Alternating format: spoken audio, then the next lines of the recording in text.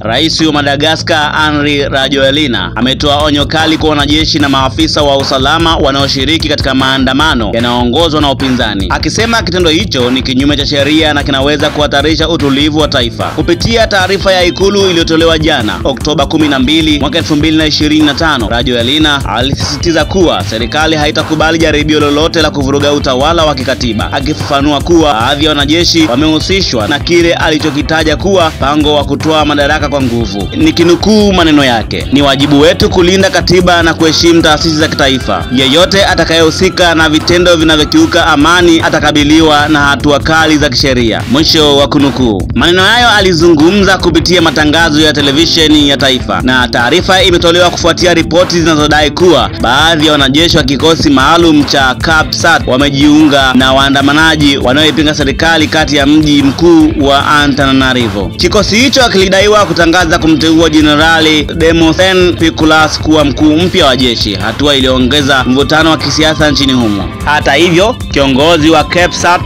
Randrianirana amekanusha madai ya kufanya mapinduzi, akisema kwamba wanachotaka ni mabadiliko ya kweli kwa ajili ya ustawi wa wananchi. Mimi ni Steven Kamil. Tufuatilie kupitia YouTube channel ya Spruce Online TV. Hivyo basi usisahau kusubscribe, kulike, comment na kushare. Endelee kuhabarika kila siku kwa habari mbalimbali na zenye ukweli.